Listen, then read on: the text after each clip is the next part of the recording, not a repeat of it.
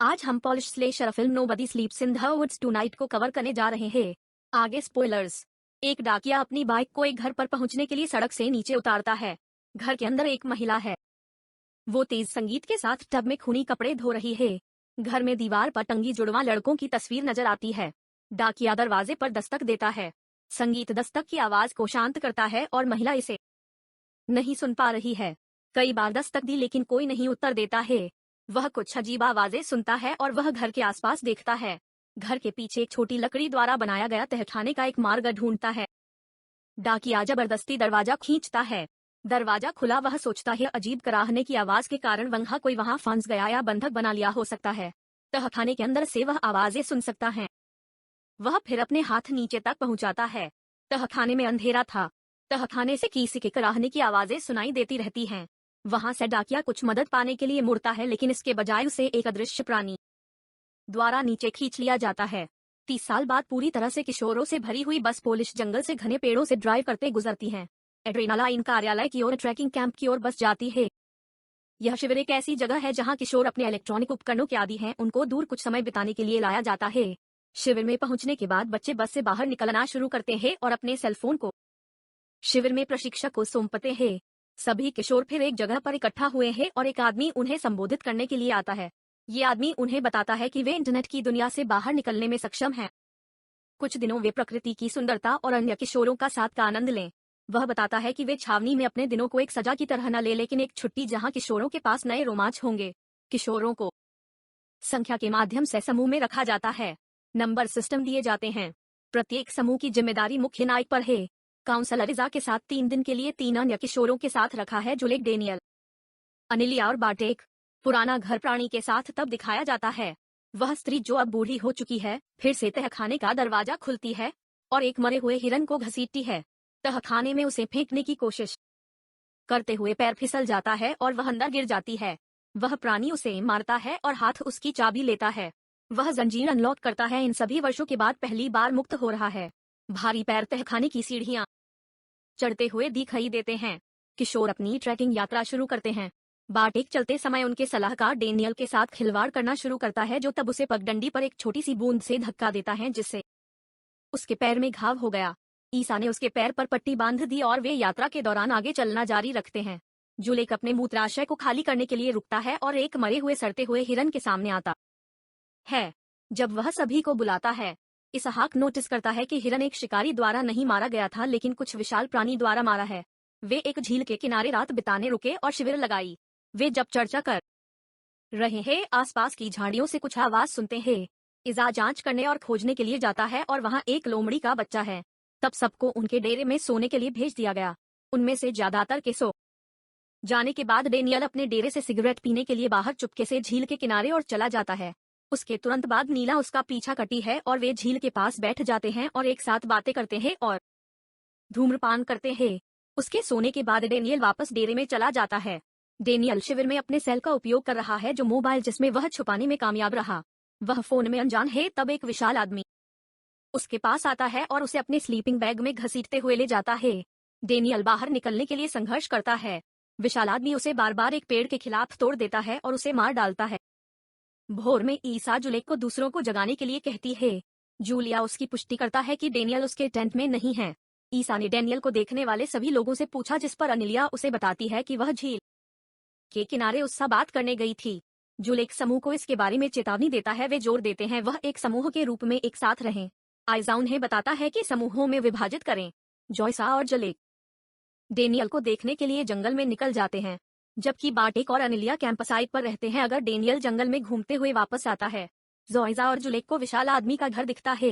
वह डेनियल के बारे में पूछने अंदर जाते हैं। वे नोटिस करते हैं कि घर में कोई नहीं रहता है। उसे तहखाने में डेनियल का बॉडी मिलता है। तभी विशाल आदमी लौटता है और तहखाने में धीरे धीरे चलता है और उनकी ओर बढ़ने लगता है। वे जल्दी से खिड़की से बाहर निकलना शुरू करते हैं। इसहाक दोनों किशोरों को बाहर निकालता है और लगभग खुद को बाहर निकलने का प्रबंधन करता है लेकिन तभी उसे डेनियल की लाश की जेब में एक सेलफोन बजता हुआ सुनाई देता है। वह इसे वापस पाने के लिए अंदर जाती है और दोनों बाहर उनके काउंसलर की प्रतीक्षा करते हैं।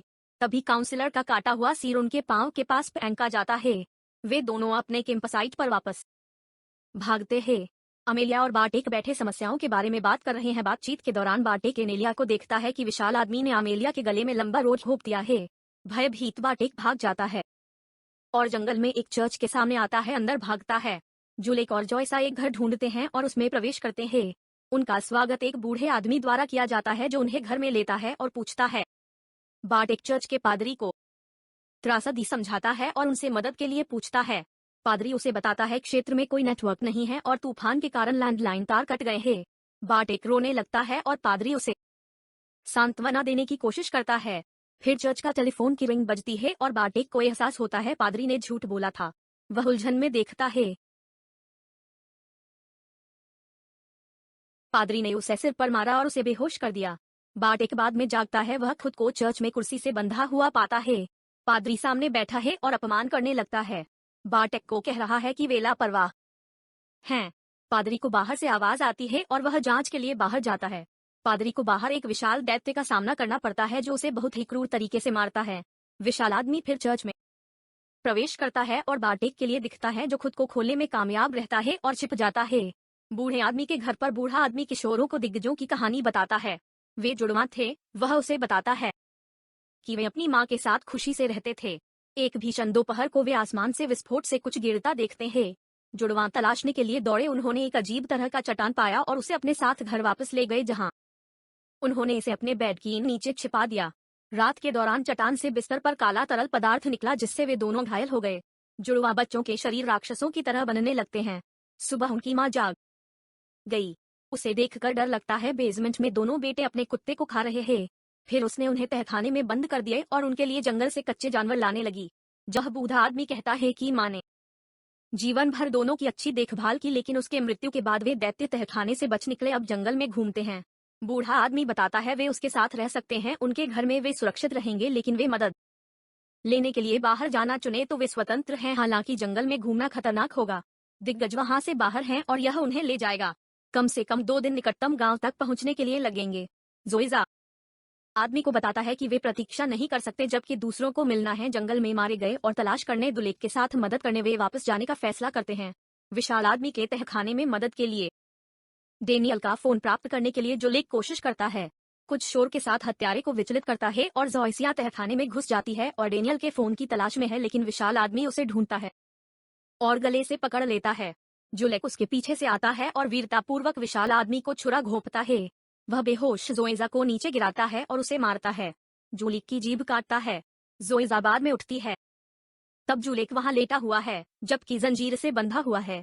पेट में चाकू से खून बह रहा है। जूलियट ने जोशिया को समाप्त करने का अनुरोध किया। उसे पीड़ित देखकर इस दर्द को खत्म करने के लिए वह उसके पेट में जड़ा चाकू जोइजा पकड़ती है और उसे घुमाती है। वह खुद को जंजीर से मुक्त करने के लिए अपने चाकू का इस्तेमाल करती है और भागने पर विचार करती है लेकिन फिर कमरे से एक छुरी लेती है और इसके बजाय विशाल आदमी को मारने का फैसला करती है। तहखाने से बाहर की तरफ चुपके से वह ऊपर जाती है। वह नींद में बिस्तर पर खर्राटे ले रहा है। वह उसे तब तक छुरा घूमती है जब तक वह हिलना पूरी तरह से बंद हो जाता है। बूढ़े आदमी के दरवाजे पर बाहर से किसी के दस्तक देने की आवाज आती है।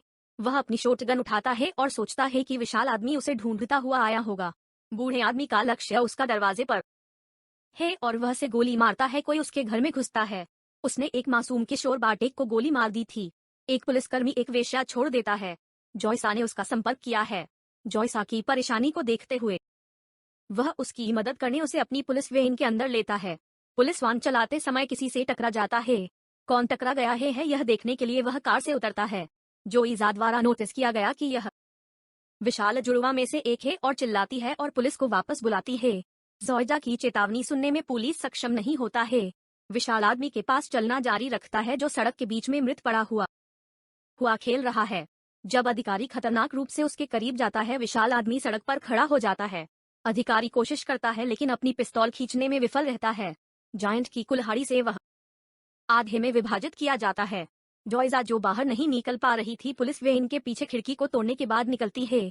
कुछ देर बाद ड्राइवर की सीट पर असफल प्रयास के बाद वह ड्राइव करने में सक्षम है। वह विशाल आदमी जो वाहन के ऊपर चढ़ गया है उसको ऊपर से फेंक कर उसके ऊपर वैन दौड़ाती है। कई बार वह विशाल आदमी के ऊपर वैन चलाने के बाद उसे यकीन हो गया कि उसे मार दिया है। बाद में 2 आदमी नशे में दिख रहे हैं और वे जंगल में चलते हुए आते हैं। सड़क में पड़े हुए एक विशालकाय को देखने के लिए नजदीक आते हैं। इसके बीच विशाल आदमी सड़क पर उठ जाता है। उसका जुड़वा भी उसके पर बिस्तर छुरा घोंपने से बच गया और जागता है। वह बाहर पुलिस की लाइट को देखता है। देखने के लिए धन्यवाद। वीडियो को लाइक, सब्सक्राइब और कमेंट करें।